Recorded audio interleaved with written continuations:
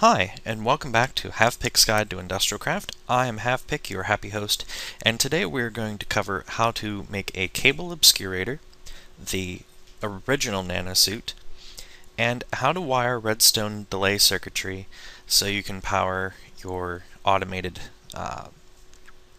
smelting lines such as this in an effective means. So the first thing we're going to need are two pieces of cable, an advanced circuit, a diamond, and 5 pieces of redstone dust.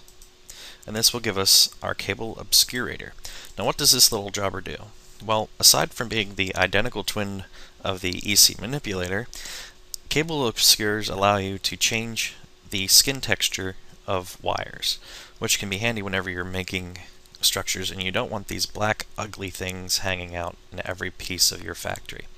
So in my ceiling right now, I have items called Luminators, which act as wire and carry EU for you, but they also consume it depending on how much current is running through the line and produce light from consuming that current. So to wire them up effectively, I haven't used a straight line of Luminators. I've spaced them out with some pieces of wire and used a cable obscurer to make them look like smooth stone, what my ceiling's made out of. So just target a piece of cable with the obscurer on your toolbar, and you're going to right click, and voila, it changes the skin of the skin texture of the block without changing how it works. Click it again and it changes, and it cycles through a bunch of different skins. It doesn't cover every single one in the game, however, but it still covers the gambit. And that's how my ceiling looks so nice and crisp as it does. Next up is the nanosuit, which is an advanced form of protection in IndustrialCraft. And to produce that, to produce a full set, you're going to need 21 carbon plates, which we covered the crafting recipe for in a previous video, 1 piece of glass, and 4 charged energy crystals. So to start off, we're going to need the headpiece, which is 4 pieces of plate, the glass, and an energy crystal, and that gives us the nano helm. The chest is 7 plates and a crystal. The legs are 6 and a crystal for the cod piece. And the boots are 4 and a crystal. Now these equip identically to normal armor. As you can see, they do look rather dashing and cover up most, if not all, of your skin. Excuse me, for your Mind Character mod, or for your Minecraft character, jeez. And it offers a very high level of protection. As you take damage, pieces of the nanosuit will begin to lose energy, and which will show as a durability drain on the as normal on armor, and your armor will also decrease. Once your durability reaches 0, however, these will not disappear. All you need to do is recharge them in some fashion, and voila, you get them back. One way of doing that is by throwing them into a crystal charger when they are fully depleted and allowing them to charge it back up to full. It takes some time, so if you're planning a quick trip anywhere and you want your armor, you will be delayed by some time. Now, in order to use the allocator mod effectively, we're going to have to construct things called clocks. Now, clocks perform a very simple function in Minecraft, and that is outputting redstone signals at a regular interval. Now, originally you had to construct these with redstone torches and blocks, but since a previous update, we now have this item called the redstone repeater, or redstone diode if you prefer. Now, what the diode does, it allows us to make very specific time changes in redstone outputs by adjusting the distance and the distance on individual diodes and the number of diodes in a clock chain. Now, as you can see here, I have 3 different repeaters set up, or clocks if you prefer, and these all control the inputs to the allocators to move items either in or out of my machines that are above us. This one here happens to be for my electro furnaces. This monstrosity down here, which is 4 levels large and covered, is for the macerators. And this short one over here, which actually leads to two sets of allocators, is to pull finished items out of the furnace and out of the macerators into standby chests. So how do we go about making these? Well, they're very simple. You're going to need redstone dust, you're going to need torches, some sort of non-sand, non-gravel block, and the redstone repeaters. Now the smallest one you can make that is stable and won't burn the redstone torch out is a 3 clock, and we make that like so. And this will pulse every 0.3 seconds, changing from an on to an off state every 0.3 seconds. And as I said, to increase the duration between that state shift, we either increase the space on the diodes, or we add more diodes to the mix, or a combination of both. Now obviously you have to do a combination of both to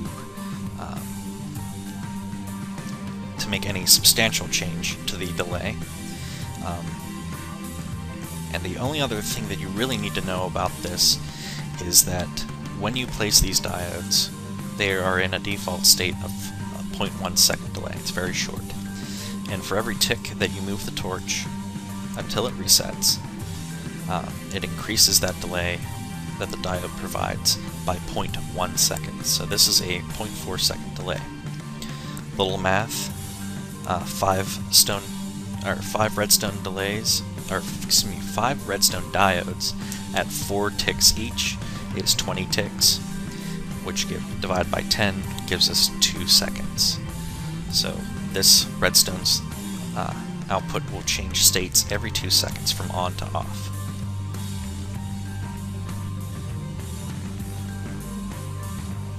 So 2 seconds, turns on, 2 seconds, turns off, 2 seconds, turns on, 2 seconds, turns off. Now we have a couple ways that we can wire this. And there are 2 rules that you have to follow. Rule 1, don't cross wires anywhere. Your redstone wires are going to want to jump to each other. And if that happens, then you're basically crossing your wires at an earlier point in your clock than you want, and your repeater is going to go haywire, or the clock's going to go haywire. The second rule is that as long as the redstone is coming into the first block where you have your torch on one stupid ledge, this is the 4th time I've had to do this. As long as the redstone dust is coming in to this block where you have your torch in one of these positions, one of these 3 positions here, your clock will work properly.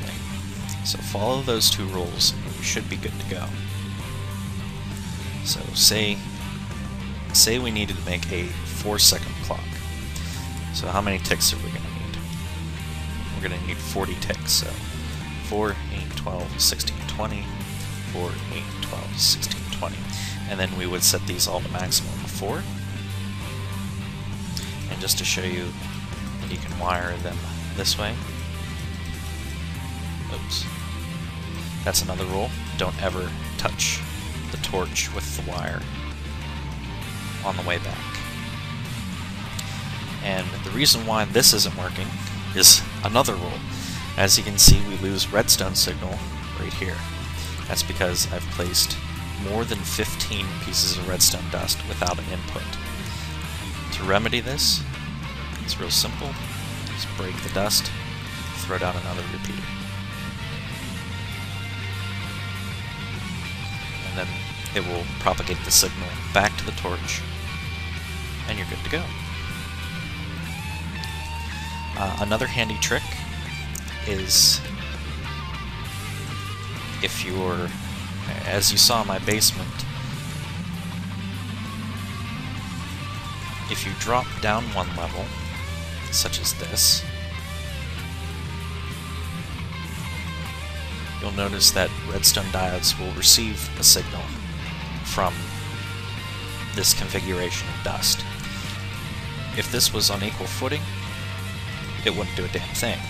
But since it's below it, and this block that the redstone dust is sitting on is considered to be powered, the diode will receive an input that you can use, which is very, very handy. So it comes back around.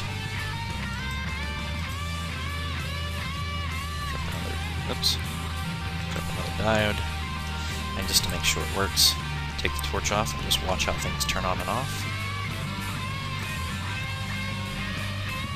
And you're good to go.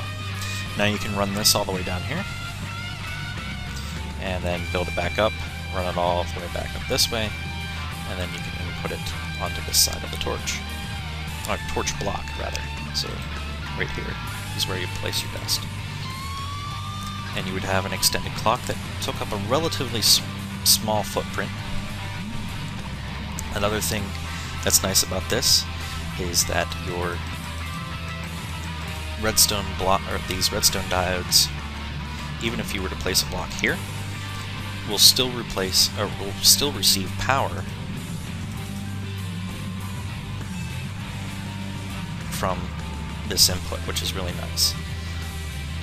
So it allows you to cover up a lot of your work. The only thing that you want to avoid is if you're running wire and you have it climbing up the side of a block like so. Oops. You don't want to do this, because that cuts off the wire and you don't get any signal. Just something to watch out for. And there you have it. As far as the number of ticks required for a macerator and electro furnace to work properly, I'll have that in my comments. So you can just build your clocks to suit that number of ticks and wire them up yourselves.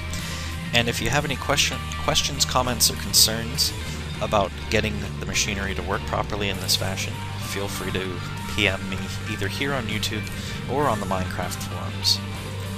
It is not a huge problem for me to be able to help you. The only thing I ask for is that you take a screenshot of your setup of some sort and a small description as to what you're trying to accomplish. That way I can muddle my way through what may or may not be going on for you. Alright, well that about wraps it up. Thank you folks for taking the time to watch another one of my videos. I hope it was informative for you. I enjoyed making these IndustrialCraft videos for everyone. Probably have one more video to follow for IndustrialCraft before moving on to something else. I will be taking requests, so if you have something specific that you would like explained that you don't think I could fit into an email, feel free to drop me a line and we'll see what we can whip up. So again, have fun out there as always, and mine safely.